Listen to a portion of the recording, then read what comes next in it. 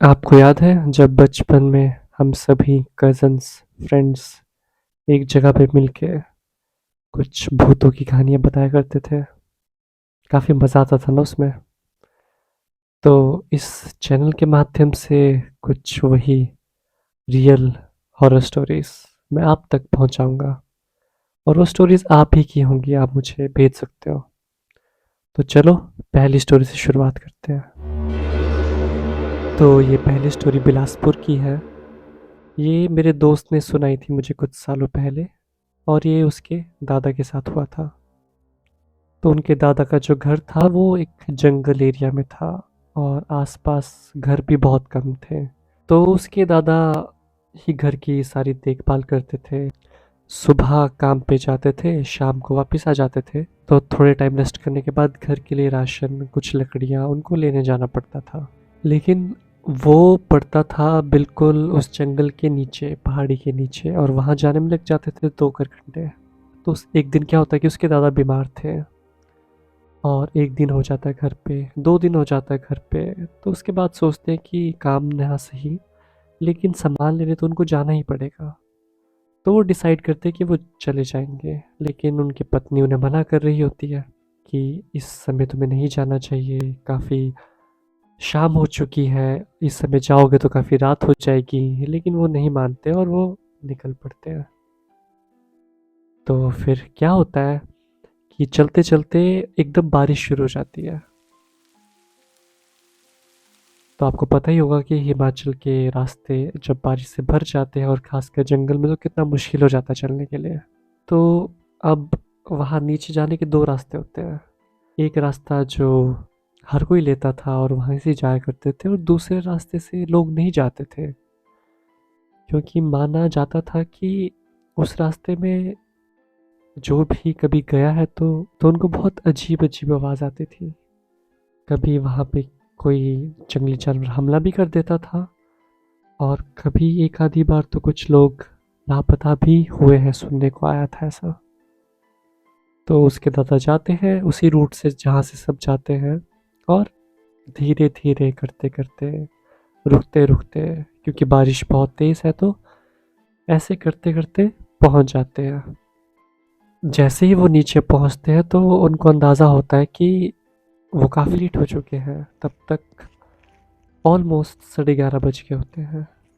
उनके पास चॉइस होती है कि उनके आसपास उनकी बहन का घर भी वहीं होता है, तो वो चाहते तो वहाँ रुक सकते थे। लेकिन आपको याद होगा कि पुराने ज़माने में कम्युनिकेशन के लिए बहुत प्रॉब्लम थी। अभी तो फ़ोन होते हैं लेकिन उस समय फ़ोन नहीं होते थे। तो उसके दादा ने वही सोचा कि अगर मैं चला गया तो मेरी पत्नी तो टेंशन में आ जाएगी कि वो तो वापस ही नहीं आया। तो फिर वो डिसाइड करते हैं कि कहीं वो ज़्यादा परेशान ना हो जाए, उन्हें चले जाना चाहिए वापस।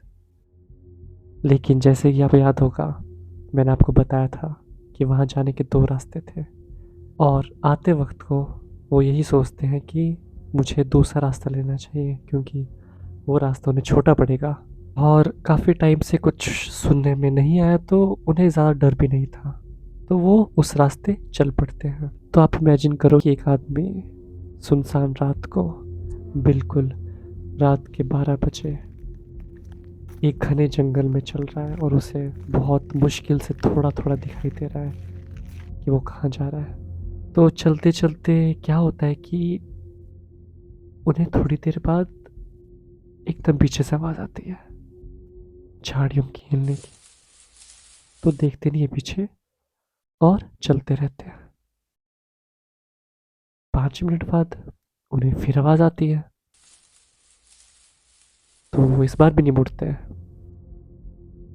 फिर भी चलते रहते हैं। और 10 मिनट बाद क्या होता है कि वो कहीं पे बैठ जाते हैं और उन्हें फिर आवाज़ आती है।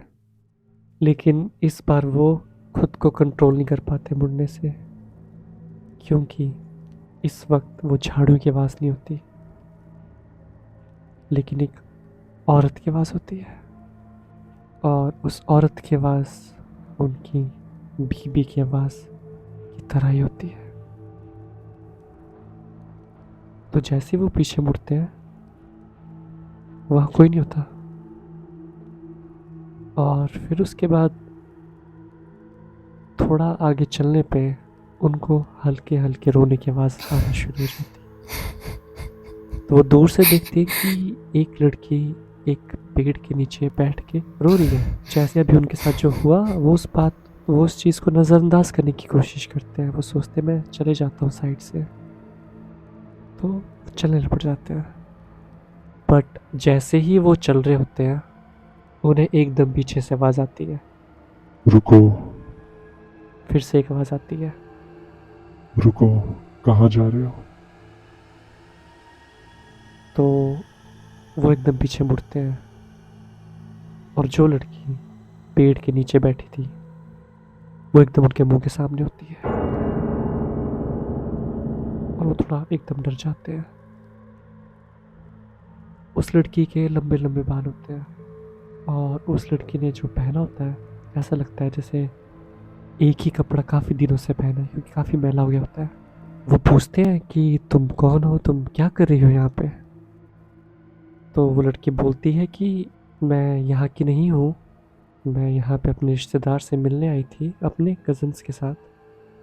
और वो काफ़ी आगे निकल गए तो मुझे समझ नहीं आ रहा था मैं क्या करूँ। और आसपास कोई भी मुझे दिख भी नहीं रहा था जिसको बोल सकूँ कुछ।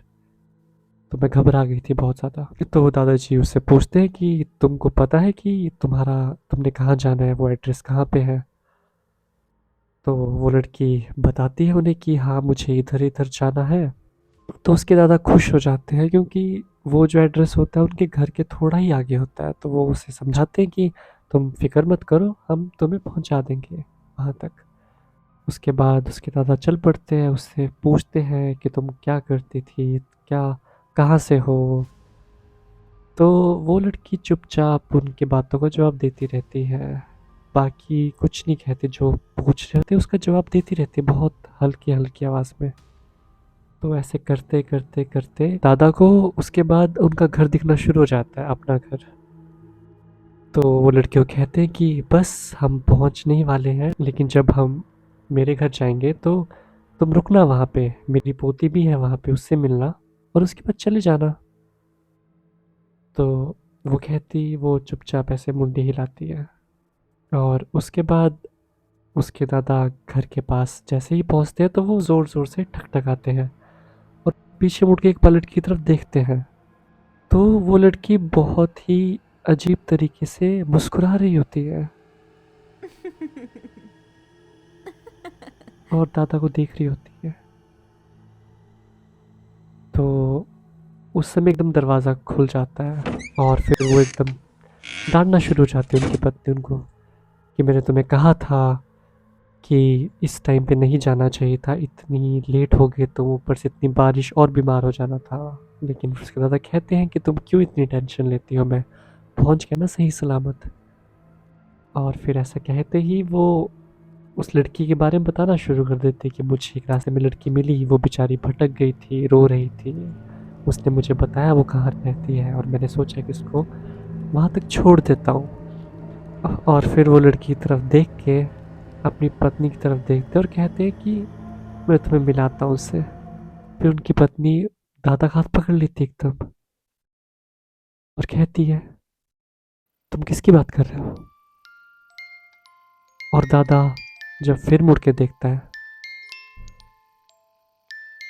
तो वहां पे कोई भी नहीं होता।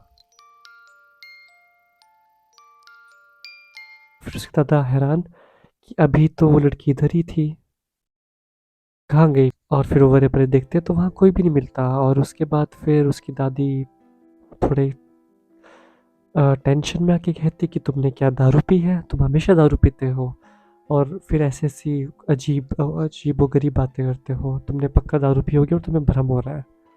तो उसके दादा बोलते हैं कि कुछ भी नहीं है, मैंने सच में दारू नहीं पी, मेरे साथ पूरे टाइम एक लड़की थी और वो बता रही थी कि वो कहाँ रहती है, उसने पूछा सब कुछ, उसने बताया सब कुछ और उसी के साथ मैं आया था पूरे रास्ते।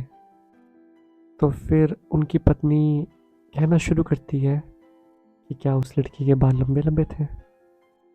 तो दादा कहते हैं हाँ। फिर वो कहती है कि क्या वो इतने हाइट की थी, उसने ऐसे ऐसे कपड़े पहने थे। तो दादा कहते कि तुम जानती हो इस लड़की को, तुम्हें कैसे पता? वो बिल्कुल ऐसी दिखती थी।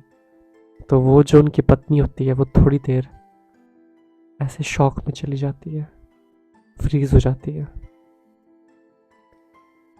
तो दादा एकदम डर जाते हैं, पूछते हैं कि अरे तुम्हें क्या हुआ, तुम एकदम ऐसे क्यों देख रही हो? तो उसकी पत्नी उन्हें आंखों में से देखती है, पूछती है कि उस लड़की ने क्या ये बोला कि वो यहाँ पे पीछे, यहाँ इस एरिया के साइड रहती है? तो उसके दादा बोलते हैं हाँ। तो वो फिर देखती है उसकी तरफ और कहती है कि 2 हफ्ते पहले ही उसकी मौत हो चुकी है।